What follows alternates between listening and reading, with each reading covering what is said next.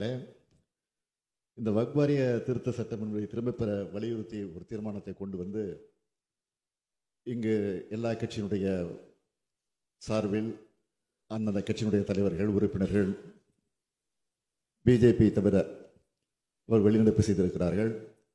இங்கே பிரதான எதிர்கட்சியும் மனதார வரவேற்றிருக்கிறார்கள். அதற்காக நான் முதலில் எல்லோருக்கும் நன்றியை தெரிவித்துக் கொள்கிறேன். அதே நேரத்தில் பிரதான எதிர்கட்சியாக இருக்கக்கூடிய அதிமுகவுடன் நான் வைக்கக்கூடிய ஒரு கோரிக்கை, நேற்று முன்தினம் இதே அவையில் இருமொழி கொள்கை பிரச்சனை பற்றி பேசுகிற போது ஒன்றை சொன்னேன். எதிர்கட்சி தலைவர் அவர்கள் டெல்லிக்கு சென்றிருக்கிறார்கள்.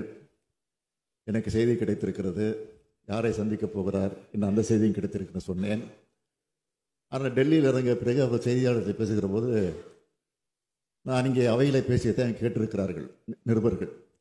நான் யாரையும் சந்திக்க வரவில்லை, எந்த அரசியல் நிலையில் நான் வரல, எங்களுடைய கட்சி அலுவலகத்தை பார்வையிடுவதற்காக வந்திருக்கிறேன் சொல்லிவிட்டு போனார். அதற்கு பிறகு மாலையிலே பார்த்தால் ஒரு காரில் ஏறி புறப்பட்டிருக்கிறார், இன்னொரு காரில் மாறி ஏறி, இன்னொரு காரில் மாறி ஏறி உள்துறை அமைச்சரை போய் சந்தித்திருக்கிறார். சந்திக்கிட வேண்டாம் என்று சொல்ல, தவறுன்னு நான் சொல்லலை. ஆனால் அதே நேரத்தில் அங்கே போய் தமிழ்நாட்டுக்கு வேண்டிய உரிமையை நான் கேட்டிருக்கிறேன், இருமொழி கொள்கையை பற்றி நான் பேசியிருக்கிறேன் என்று நிருபரத்தில் சொல்லியிருக்கிறார் சென்னையில் வந்து இறங்கிய பிறகு. அதற்காக நான் உள்ளபடிய இந்த அவையின் சார்பில் அவருக்கு நன்றி தெரிவித்துக் கொள்கிறேன். நன்றி தெரிவிக்க அதே நேரத்தில்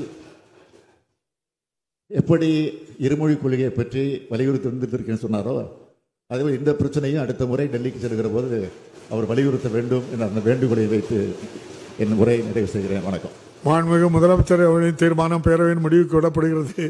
ஏற்போர் ஆமன்க, மறுப்போர் இல்லை என்க. மறுப்போரை இல்லை என்று கருதுகிறேன். மறுப்போரை இல்லை. தீர்மானம் ஒருமனதாக நிறைவேறியது. 2025-26 ஆண்டுக்கான மானிய கோரிக்கையின் மீது விவாதமும் வாக்கெடுப்போம்.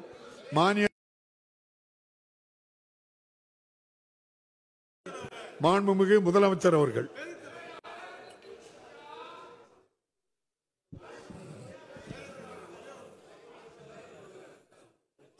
தவறுன்னு சொல்லு.